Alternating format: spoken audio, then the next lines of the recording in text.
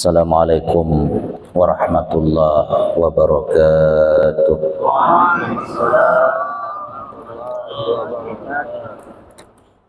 Alhamdulillahi rabbil alamin. Wassalatu wassalamu ala asyrafil anbiya'i wal mursalin Sayyidina Muhammad wa ala alihi wa ashabihi ajma'in.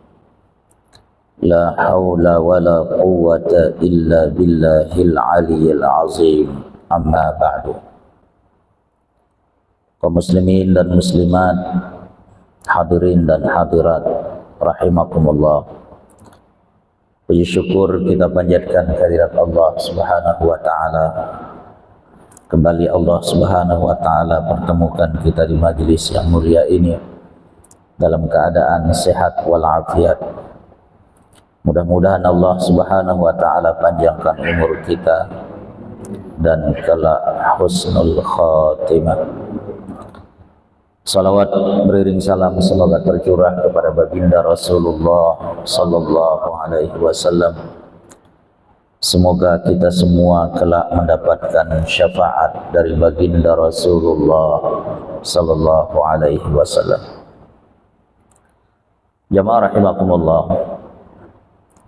Kajian kita pada pagi hari ini surat Yusuf ayat yang ke-41 dan 42. Namun sebelum kita memulai mengkaji ayat demi ayat dari dua ayat yang pagi ini akan menjadi kajian kita, sekedar merefleksi ke belakang dari kisah Nabi Yusuf alaihissalam.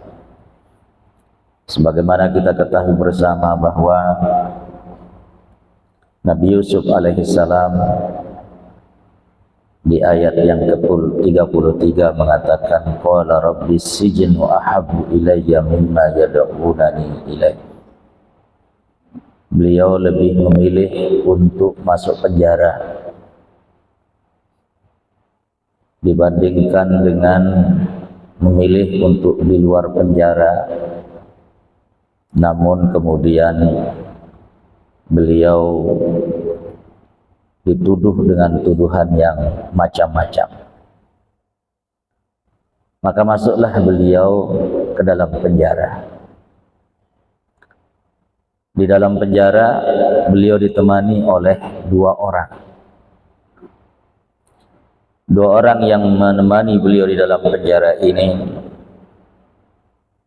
melihat sosok pribadi Nabi Yusuf alaihissalam, seorang yang baik, seorang yang soleh. Karena mereka berdua melihat Yusuf ini seorang yang baik dan seorang yang soleh, maka kemudian keduanya mempercayakan urusan mereka kepada sosok pribadi yang baik dan yang soleh ini. Sehingga kemudian ketika mereka bermimpi dan dua-duanya punya mimpi, lalu diceritakanlah kisah mimpi mereka itu kepada Nabi Yusuf alaihissalam. Itulah yang kemudian dijelaskan oleh Allah Subhanahu wa taala di ayat 41 dan 42 dari kisah mimpi yang sempat ditanyakan kepada Nabi Yusuf alaihissalam, di mana salah satu di antara mereka ada yang bermimpi bahwa dia bermimpi menaruh roti di atas kepalanya, tetapi kemudian roti itu dimakan oleh burung. Kemudian yang satunya lagi bermimpi bahwa ia memberikan minuman kepada tuannya Maksudnya di sini adalah kepada rajanya. Lalu mereka berkata kepada Nabi Yusuf alaihissalam, "Nabbi'na bi ta'wilihi inna naraka minal muhsinin." Tolong beritahukan kepada kami apa takwil dari mimpi ini. Inna naraka minal muhsinin. Karena kami melihat engkau di dalam penjara ini adalah sosok pribadi yang baik, sosok pribadi yang soleh. Jamaah rahimakumullah, begitulah biasanya dalam kehidupan kita. Ketika kita melihat ada orang baik, ada orang soleh, biasanya orang-orang seperti itu akan kita jadikan sebagai rujukan, akan kita jadikan sebagai referensi, akan kita jadikan sebagai tempat kita mengadu, tempat kita bertanya, tempat kita ingin menyampaikan sesuatu yang mungkin ada dalam hasrat kita. Nah, karena Nabi Yusuf alaihissalam dilihat oleh dua orang yang ada dalam penjara ini, pribadi yang baik, pribadi yang soleh, itulah sebabnya kemudian keduanya bertanya kepada Nabi Yusuf alaihissalam. Maka Nabi Yusuf kemudian menjelaskan, "Ya sahibai sijn, wahai dua orang temanku yang berada dalam penjara." Ya, perhatikan jamaah rahimakumullah. Kata as-sijn yang berarti penjara, kita semua tahu penjara itu seperti apa. Nabi Yusuf alaihissalam di penjara, dan biasanya dulu kalau ada, mohon maaf, kalau ada tahanan-tahanan yang dimasukkan ke dalam penjara, setelah mereka keluar dari penjara, itu biasa mereka bercerita, "Saya sempat masuk madrasah Yusuf," katanya. Mungkin banyak orang nggak ngerti apa yang dimaksudkan dengan madrasah Yusuf. Jadi kalau ada orang bercerita seperti itu, maksudnya dia sempat masuk penjara sebagaimana Nabi Yusuf masuk penjara. Jadi dia nggak akan bercerita mungkin saya sempat masuk penjara, tetapi bahasa yang digunakan itu, saya sempat sekolah di madrasah Yusuf setahun atau 2 tahun. Jadi kalau ada yang mengatakan begitu, maksudnya dia pernah masuk penjara. Yusuf berkata kepada dua orang yang bersamanya di dalam penjara, "Amma ahadukuma fayasqi rabbahu khamra." Jamaah rahimakumullah, kamu yang bermimpi bahwa akan memberikan minuman kepada sang tuan atau kepada sang raja, kamu akan bertugas menyediakan minuman khamar bagi tuannya. Artinya Nabi Yusuf alaihissalam, jamaah rahimakumullah, memang salah satu kelebihan yang Allah berikan kepadanya, beliau itu mampu menakbirkan atau mentakwilkan mimpi-mimpi yang diimpikan oleh seseorang. Tentu yang namanya mimpi, kata baginda Rasulullah sallallahu alaihi wasallam, jemaah, ar-ru'ya fi rijli ta'irin ma lam tu'bar.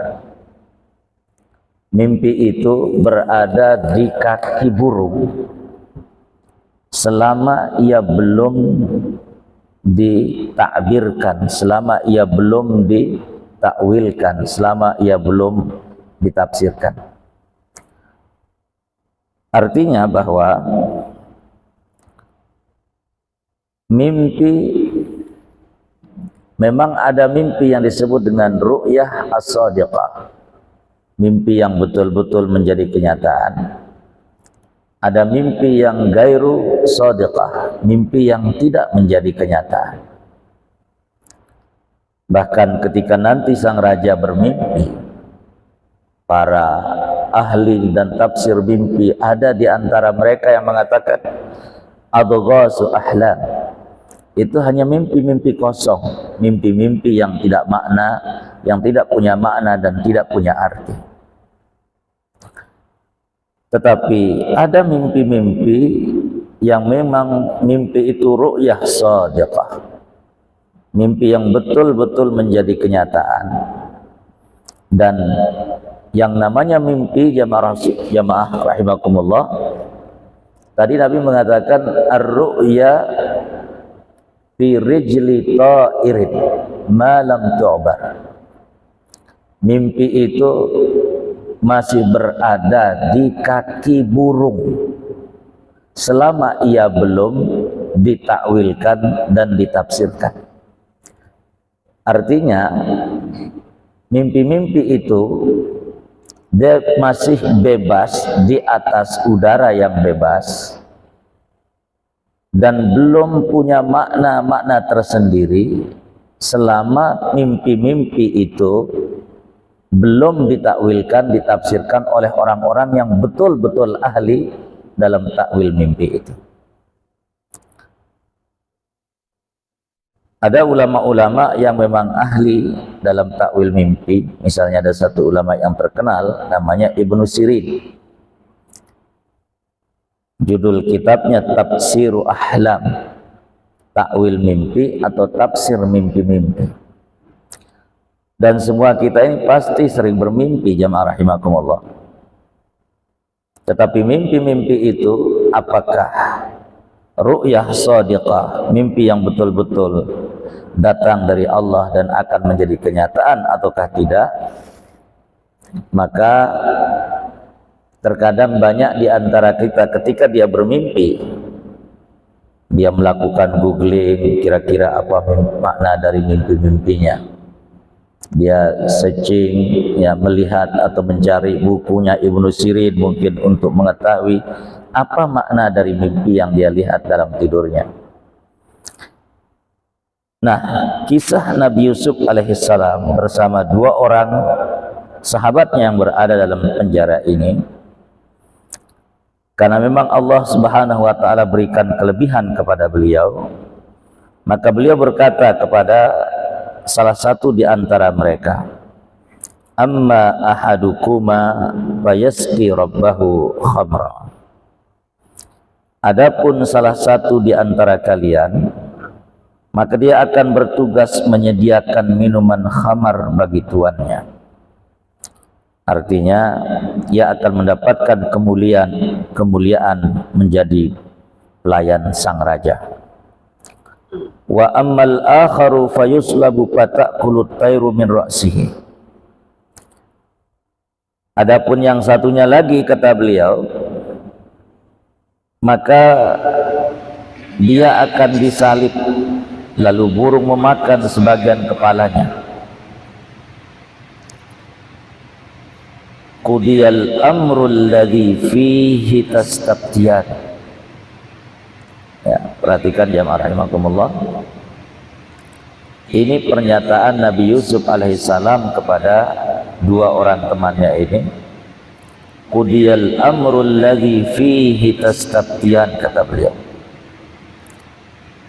saya telah menjawab perkara yang kamu tanyakan kepada saya. Dalam bahasa yang lebih tegas sebenarnya makna qudiyal amrul ladzi fihi tastabtiyan, apa yang kalian tanyakan itu akan menjadi kenyataan. Itu makna dari qudiyal amrul ladzi fihi tastabtiyan. Apa yang kalian tanyakan dan sudah saya jawab itu akan menjadi kenyataan. Kenapa Nabi Yusuf berani mengatakan demikian? Karena memang dia seorang nabi, jamaah. seorang yang memang Allah Subhanahu wa taala wahyukan kepadanya. Dan yang namanya nabi-nabi itu semua nabi sama. Sebagaimana Nabi Muhammad sallallahu alaihi wasallam, wa ma yantiqu anil hawa in huwa illa wahyun yuha. Bahwa para nabi itu ketika dia berbicara, ketika dia menyampaikan sesuatu, itu hakikatnya adalah wahyu yang datang dari Allah Subhanahu wa taala. Makanya beliau mengatakan, qudiyal amrul ladzi fihi tastaftiyan, apa yang kalian tanyakan sudah saya jawab, dan itu betul-betul akan menjadi kenyataan, kata beliau. Jamaah rahimakumullah. Maka kemudian wa qala lilladzi zanna annahu najim minhuma uzkurni inda rabbika. Yusuf kemudian berkata kepada salah satu di antara mereka yang memang diprediksi atau dikatakan oleh Nabi Yusuf bahwasanya dia akan selamat dan sebentar lagi akan keluar dari penjara dan akan menjadi pelayan sang raja. Uzkurni inda rabbika. Ya, perhatikan jamaah. Kata-kata uzkurni inda rabbika. Ingatlah aku atau ceritakan kisahku, kata Nabi Yusuf, inda rabbika, ketika engkau berada dekat sang raja, ketika engkau sedang melayani raja, ceritakan kisahku, kisah tentang aku berada dalam penjara ini kepada sang raja. Karena Yusuf berharap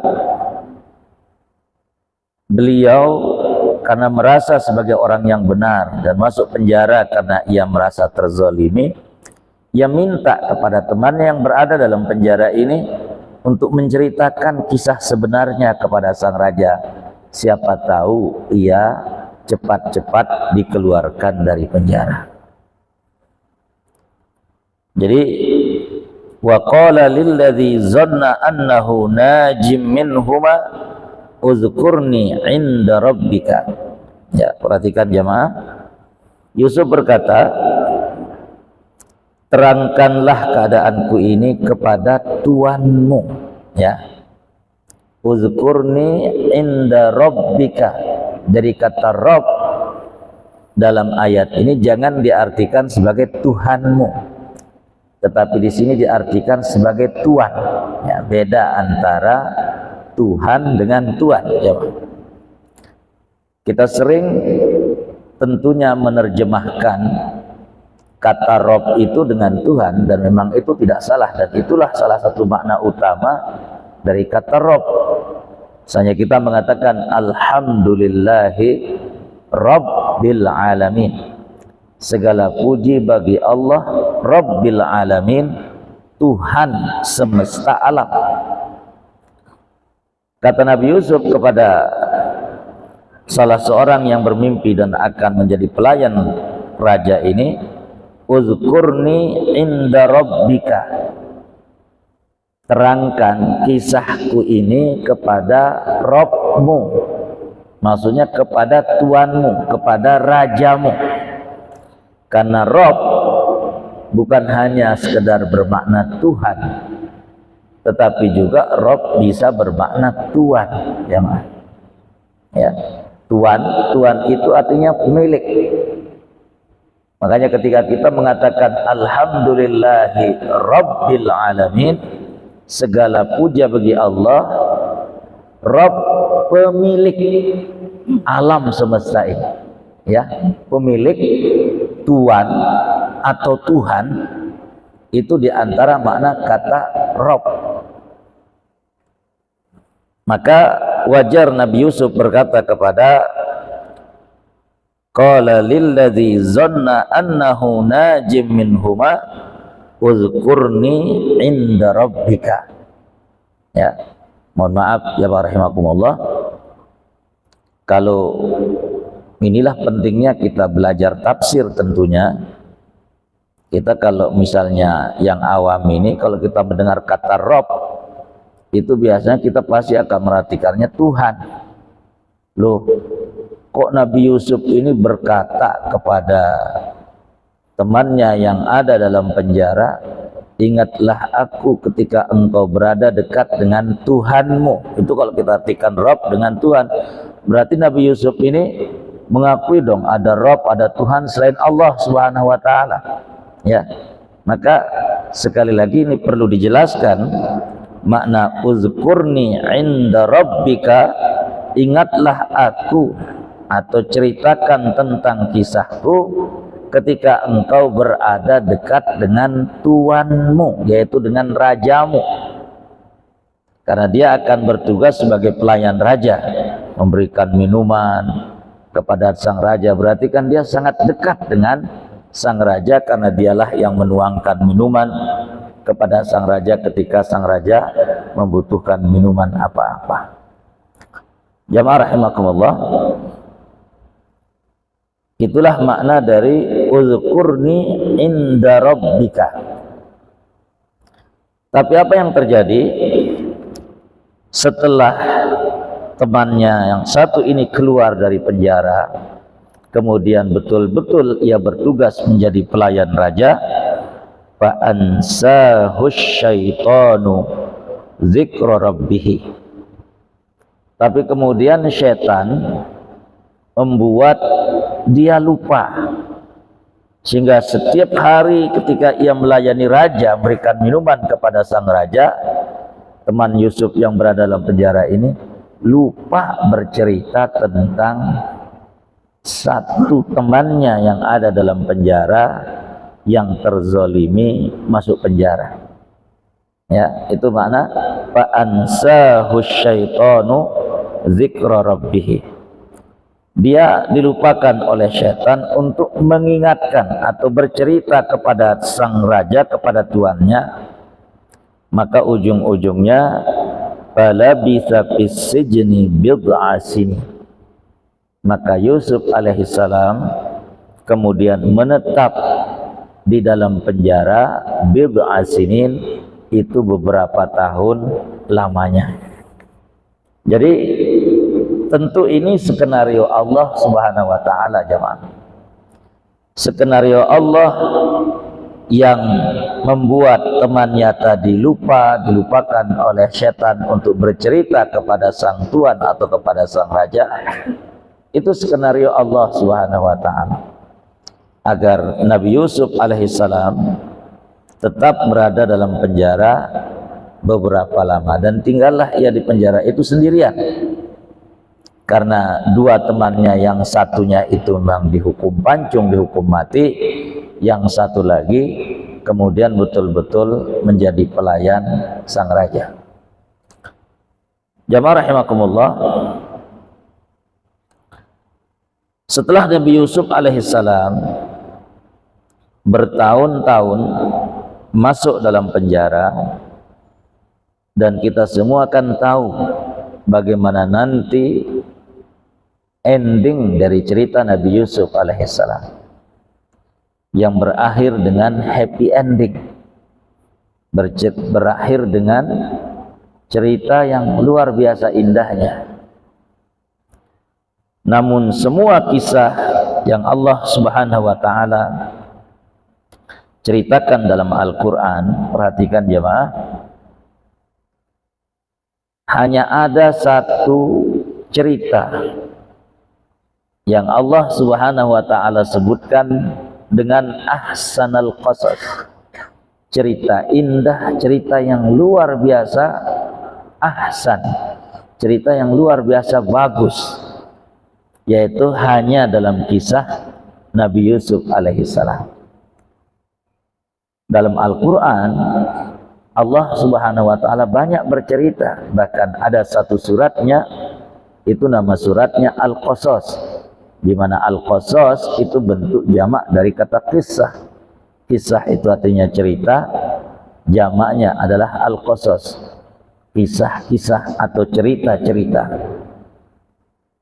Al-Qasas itu isinya cerita para nabi, terutama kisah Nabi Musa alaihissalam, dari semenjak beliau lahir, kemudian tumbuh menjadi remaja, menjadi dewasa, diangkat oleh Allah menjadi nabi dan rasulnya. Itu isi kisah daripada kisah surat Al-Qasas ya. Tetapi kisah Nabi Musa alaihissalam tidak Allah Subhanahu wa taala sebut dengan sebutan ahsanal qasas, cerita yang sangat indah.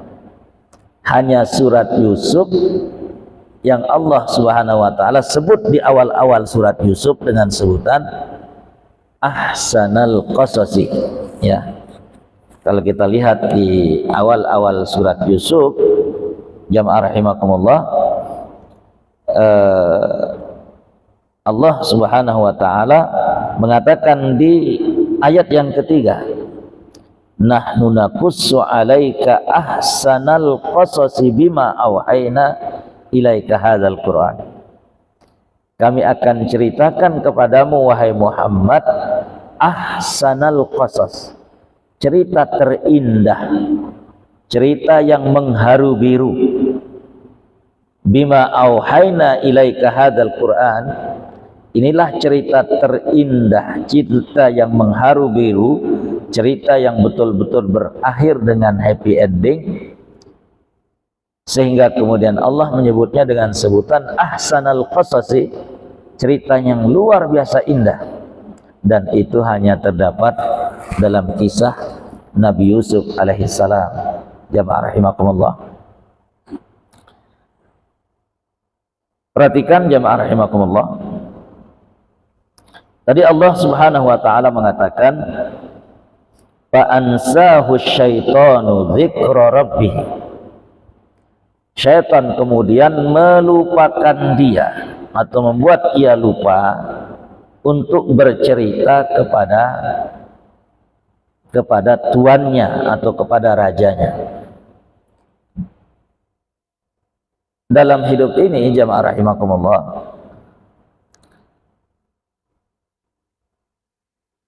ada fi'il dalam Al-Quran nasya, ada fi'il ansa. Kalau nasya itu dia lupa sendiri, tapi kalau ansa itu dibuat lupa oleh sesuatu yang lain. Nah, kita manusia ini dalam hidup ini jamaah rahimakumullah, kadang memang kita lupa, artinya kita lupa karena kita memang lupa sendiri, kita sendiri memang yang lupa, atau kadang kita dilupakan oleh sesuatu yang lain. Makanya manusia, saya sering mengatakan manusia itu bahasa Indonesia. Dia sebenarnya berasal dari dua kata bahasa Arab, berasal dari kata man dan nasya. Man artinya orang, nasya artinya lupa. Maka memang tidak ada manusia yang tidak lupa. Ya, perhatikan jamaah. Tapi kita ini jadi manusia nasi itu kalau terjemahan bahasa Indonesia, beras yang selalu kita makan itu kan namanya nasi. Nah, orang Indonesia kebanyakan sering lupa, kayaknya karena terlalu banyak makan nasi. Ya, jadi kalau terlalu banyak makan nasi itu biasanya sering lupa. Ya, terlalu banyak makan nasi. Perhatikan jemaah, ada orang yang lupa sendiri, ada yang dilupakan, atau ada sesuatu yang membuat ia lupa. Dalam ayat ini Allah Subhanahu wa taala menjelaskan fa ansahu syaitan. temannya Yusuf yang berada dalam penjara itu dibuat lupa oleh setan. Dia nggak lupa sendiri, tapi dibuat lupa. Perhatikan jemaah.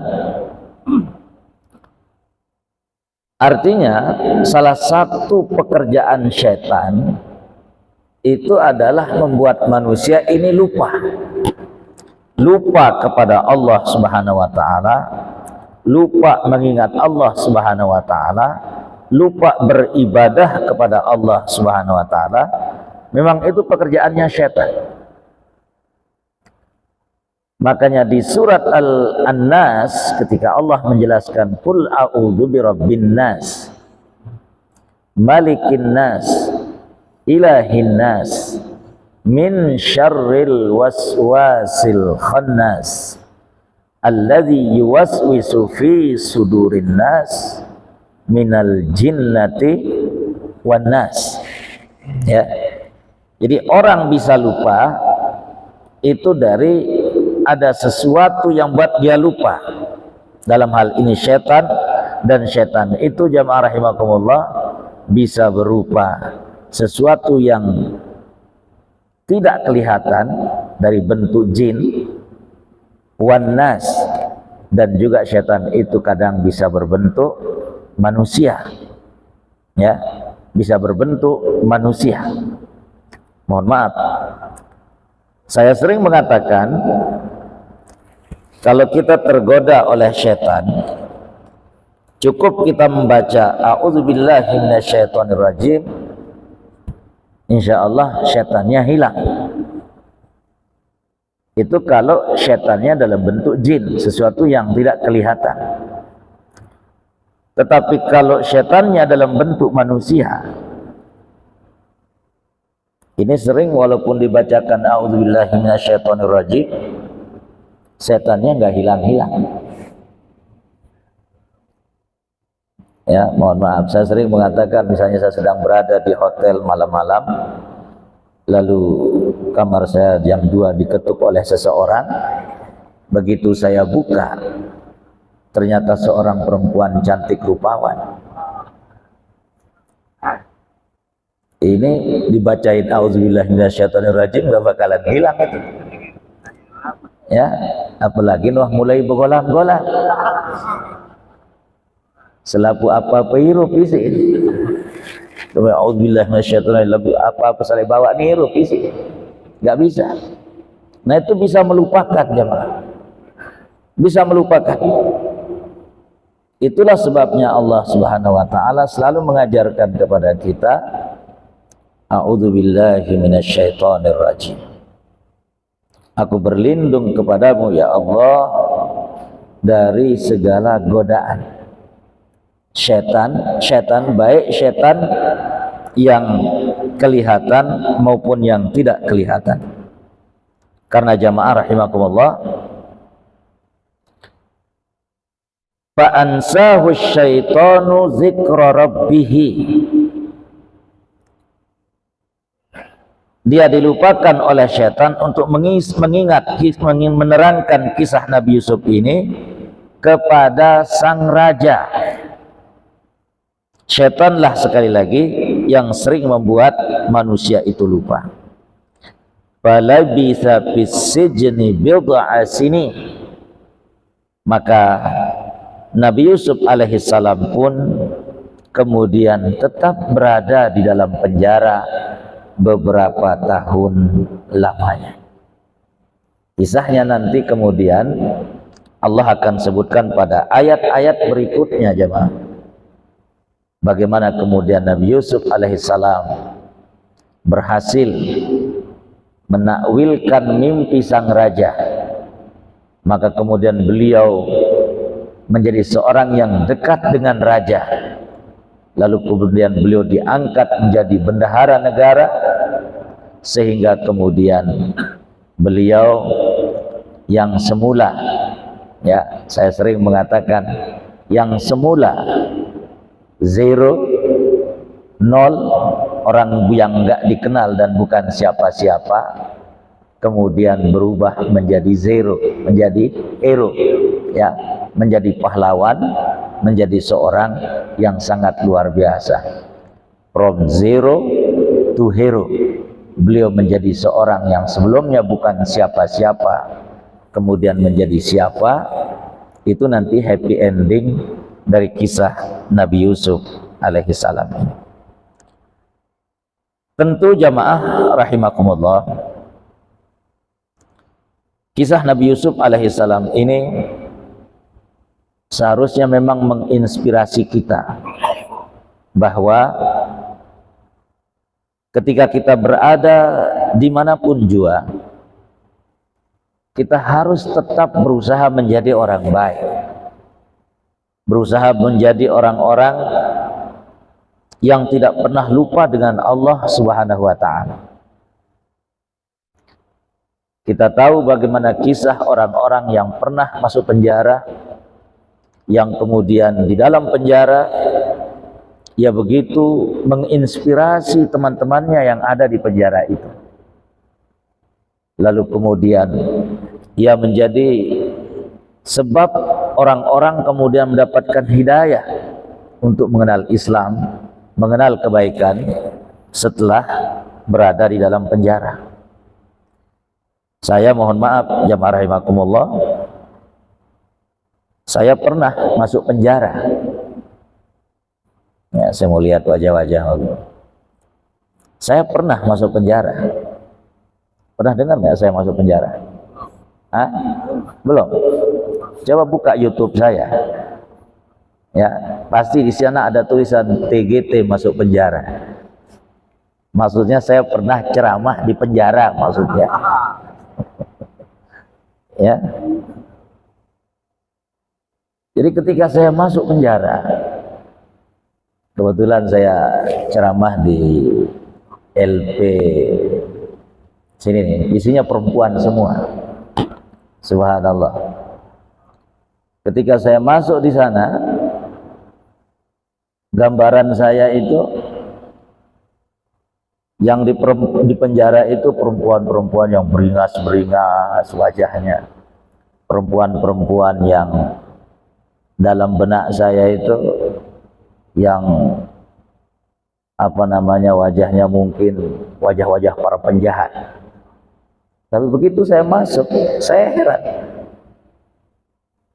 Karena rata-rata kan waktu itu karena mau dengar pengajian, semua pakai kerudung, semuanya pakai jilbab, cantik-cantik lagi. Subhanallah. Ternyata yang berada dalam penjara perempuan itu perempuan cantik semua. Kasusnya macam-macam. Maka saya kemudian berusaha memberikan inspirasi kepada mereka untuk mereka tidak boleh merasa kerdil walaupun sempat di dalam penjara. Saya sempat menceritakan kisah Nabi Yusuf alaihissalam yang sempat masuk penjara. From zero to hero, saya bilang.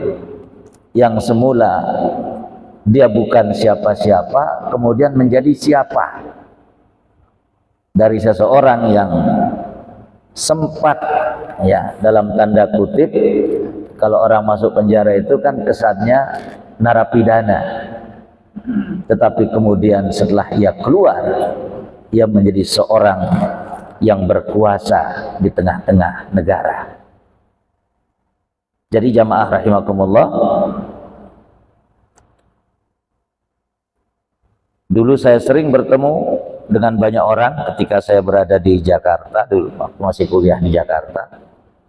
Sempat bertemu dengan banyak para tokoh-tokoh sebelum 98, menjelang jatuhnya Pak Harto dulu dalam peristiwa yang sama semua kita kenal. Itu banyak para ustadz-ustadz, banyak para dai-dai yang sering berceramah di masjid-masjid. Mereka bercerita tentang bagaimana kisah mereka sempat sekolah di Madrasah Yusuf, sempat bersekolah di dalam penjara, lalu kemudian dikeluarkan, dan mereka rata-rata menjadi orang besar setelah keluar dari penjara itu. Dan kita mengetahui begitu banyak kisah orang-orang besar itu yang sebelumnya dipenjara. Soekarno itu sering sekali dipenjara di zaman Belanda, tapi keluar dari penjara, keluar masuk penjara, kemudian beliau menjadi presiden. Walaupun setelah beliau menjadi presiden, Soekarno itu banyak juga memenjarakan orang. Ya, di antara yang pernah dipenjarakan Muhammad Nasir misalnya, pendiri Dewan Dakwah Islamiyah Indonesia, itu pernah dipenjarakan. Beliau mantan Perdana Menteri pertama Indonesia, orang-orang besar. Jadi tidak selamanya jamaah rahimakumullah penjara itu kesannya untuk mengerdilkan dan memarginalkan, tapi justru banyak ulama-ulama ketika mereka masuk penjara, mereka merasa lebih tenang, merasa lebih tentram ketika berada di dalam penjara, karena lebih bisa berkhalawat, lebih menyendiri di hadapan Allah sang Tuhannya. Jadi jamaah rahimakumullah, mari kita jadikan kisah Nabi Yusuf alaihissalam ini yang oleh Allah subhanahu wa ta'ala sekali lagi sebut dengan sebutan ahsanal qasas, cerita yang luar biasa indahnya. Dan tidak pernah Allah subhanahu wa ta'ala menyebut kisah apapun dalam Al-Quran itu yang Allah sebut dengan sebutan ahsanal qasas, cerita terindah, cerita yang memang betul-betul sangat luar biasa. Karena kalau diikuti kisah Nabi Yusuf alaihissalam itu betul-betul sangat luar biasa. Saya terus terang jamaah, ketika saya berada di Mesir dulu, kalau imamnya sudah sampai membaca surat Yusuf, itu berapapun panjangnya, ya, karena dulu imam-imam di Mesir itu satu juz misalnya setiap sholat tarawih. Kalau sudah sampai kepada kisah Nabi Yusuf, itu saya betah sekali untuk sholat berlama-lama dengan para imam-imam itu, karena saya betul-betul menikmati ayat demi ayat yang dibaca oleh imam itu, mengikuti alur cerita kisah Nabi Yusuf ini dengan sangat detail sekali. Subhanallah, seolah-olah memang saya sedang menyaksikan kisah nyata Nabi Yusuf, karena kisah Nabi Yusuf ini di Mesir terjadinya jemaah, ya, dan saya ketika itu sedang berada di Mesir. Jadi seolah-olah itu sedang betul-betul terjadi. Mohon maaf jemaah rahimakumullah, Mesir pernah digambarkan oleh seorang petualang, disebut dengan negara yang paradok katanya. Apa yang dimaksud dengan negara yang paradok? Karena memang betul-betul Mesir itu negara yang positif dan negatifnya itu sama-sama banyaknya. Dan kalau kita ikuti kisah-kisah Al-Quran, termasuk kisah Nabi Yusuf alaihissalam, itu tergambar. Di Mesir itu ada Musa, ada Fir'aun. Di Mesir itu ada Yusuf, ada Zulaikha. Ya, belum lagi, mohon maaf, gadis-gadis Mesir memang terkenal cantik jamaah rahimakumullah. Sehingga ada teman 10 tahun berada di Mesir, pulang-pulang ke Indonesia, dia bilang rusak pemandangan saya begitu sampai di Mesir katanya. Saat begitu sampai di Indonesia, karena berubah wajah orang Indonesia ini, nggak secantik gadis-gadis Mesir itu. Dan subhanallah jamaah rahimakumullah, di Mesir itu ulama-ulamanya hebat-hebat, terutama di Al-Azhar, tetapi tari perutnya nggak berhenti-berhenti.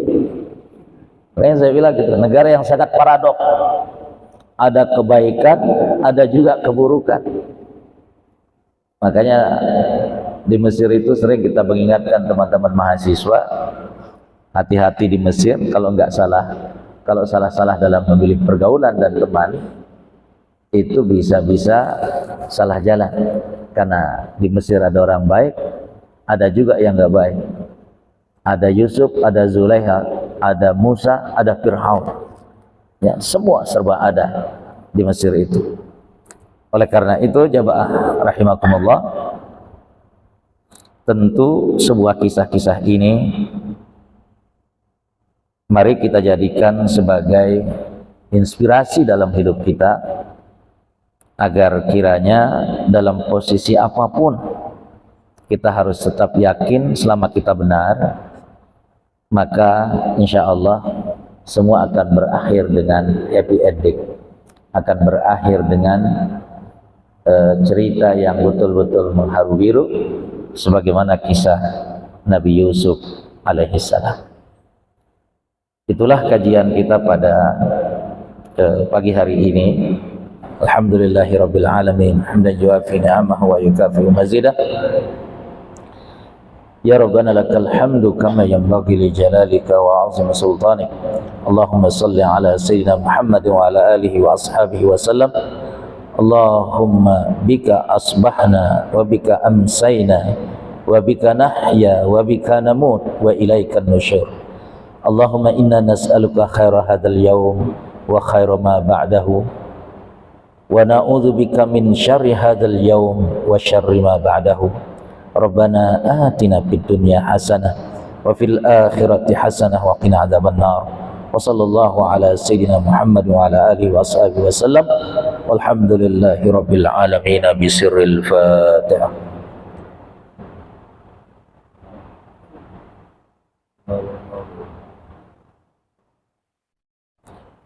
Kurang lebih mohon maaf. Wassalamualaikum warahmatullahi wabarakatuh.